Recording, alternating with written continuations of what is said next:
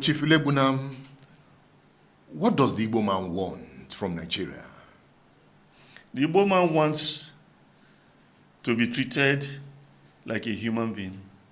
The Igbo man wants to have the same basic rights that every other Nigerian enjoys.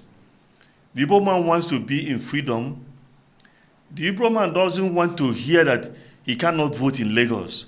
There are Yoruba and Igbo people in London winning electoral offices, even in the US. But Igbo people are voting everywhere in Nigeria.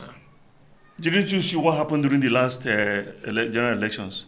Didn't you hear about it? You live in Ibadan, but didn't you know what was happening in Lagos? Didn't you see officials of this current government saying that they should go back to the east? How can you say people should work? There are millions of Yoruba people in Cote d'Ivoire. At least 5 million. They've been living there since the 30s. Nobody's chasing them away. They participate in every aspect of life.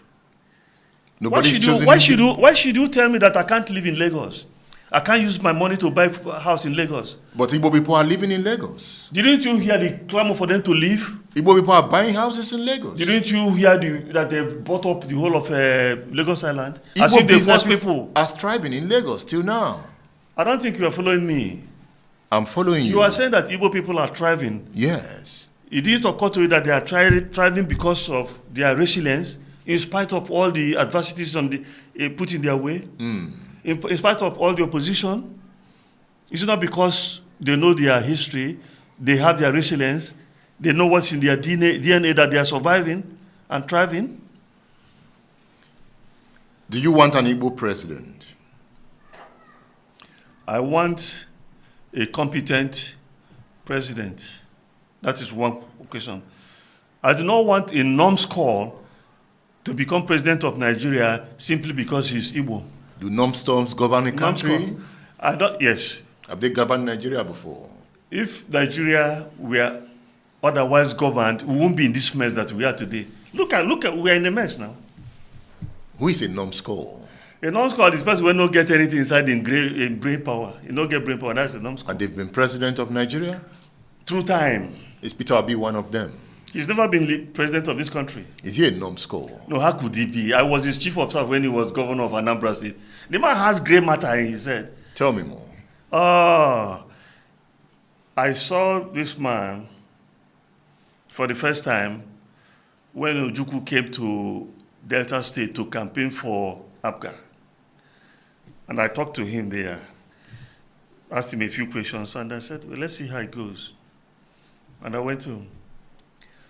When the governorship election took place in Anambra State, Ngige was declared winner and sworn in as governor. I got convinced that Peter Obi won the election, and I started to campaign for him. By then, I held a weekly column in the Vanguard every Tuesday. Samamuka, the owner of the publisher of Vanguard, he gave me the leeway, the license. Every week I was writing. The writing should be done. Peter Obi went to court. After 3 years, he won.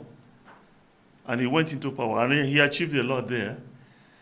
UFCC never call him, say, come give account of how you spend the money, up till next tomorrow. How many governors have got that kind of flag of support to wave? What is his depth of mind like? Let me tell you about that man. That guy has a multi-track mind. I worked with him for 3 years before he became governor. That is, campaigning for him to win his mandate. That's one point. I worked with him for the first 5 of his 80s before I went to the presidency. If Peter Obi tells you to go and buy this book for him, he already knows the cost of the book. Before he gives you, maybe the the cost is 5,000. He can give you 10,000 and say, I need this book very, very badly. Go and get it. Before you come back, you say, he bought it for 15,000. He might leave yellow, but he knows the cost of the book. If they will quote this, there was a time we were going to do adverts in Anambra State to welcome President Obasanjo, and they quoted figures. He laughed. He said, we'll continue this meeting tomorrow. He phoned advert people from Lagos.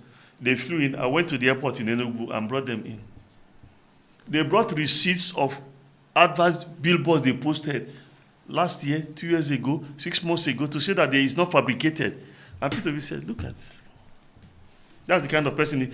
If Peter Obi was president of Nigeria, he will not give anybody 90 billion for pilgrimage when people are starving.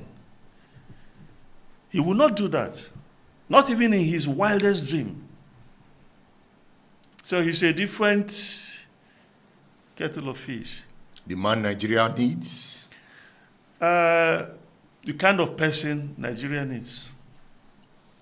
He contested in the presidential election. Yes, he did. In 2023. He did.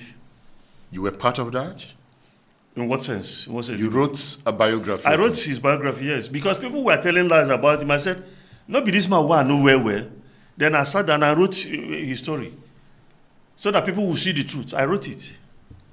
That was a good campaign, right? Why not? Did he win? Oh, not even only that. I'm a media person. But I was sitting in my village and giving ideas. He won the election in my view. He won? Oh, yes, in my view, he won.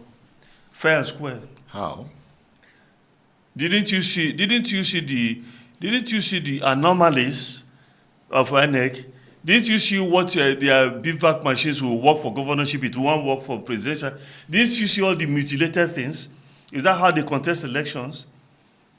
Are you saying the election was rigged? The election was more than the election was suffered a horrendous amputation of truth and fact. That's what I'm saying. Peter Obi is the president Nigeria is yet to have? Peter Obi is a president Nigeria could yet have.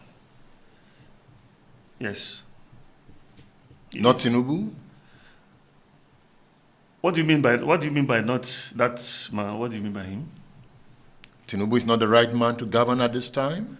That's not what I'm saying. I'm saying that the man who won the election is not in seat because those people who, negative forces, who had the forces of coercion, prevented justice to be done. That's all I said. The Supreme Court certified Tinubu as the president of the Federal Republic of Nigeria. The Supreme Court also said that Nnamdi Kanu should be released. So the Supreme Court is good? The Supreme Court is good in what sense? Nnamdi Kanu should be released. Fine. Tinubu won. That's what they said. That's what, wait, let me tell you, listen. The Supreme Court decides, and that decision is final. Mm-hmm. That does not mean that you can't have non-acceptance.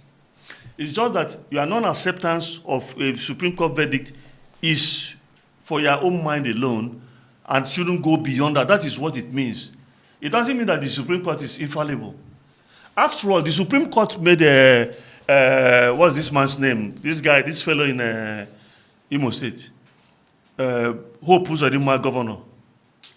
Hope Uzodinma came forth in an election. All the records were there. Hope Uzodinma became governor of Imo State. And he's even still there. Is it not the Supreme Court that decided that? Should I accept it? In my mind, I didn't accept it, but I will not go and carry placard. I will not go and cause dissension or destruction. But you can't force a man what he will believe.